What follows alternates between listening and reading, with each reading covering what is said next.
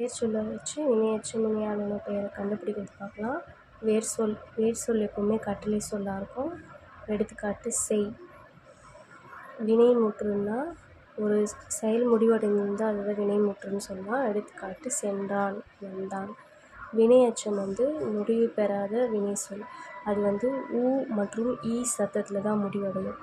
கற்று, ஏந்தி அப்படி முடிவடையும். பெயரெச்சம் ஆன்ற ஒலியில் தான் முடிவடையும்.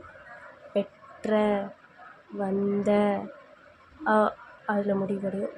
வினையாளனையும் பெயர் 3 இடத்துலையும் 3 காலங்களையும் உணர்த்தி வந்தால் அதுதான் வினையாளனை பெயர்.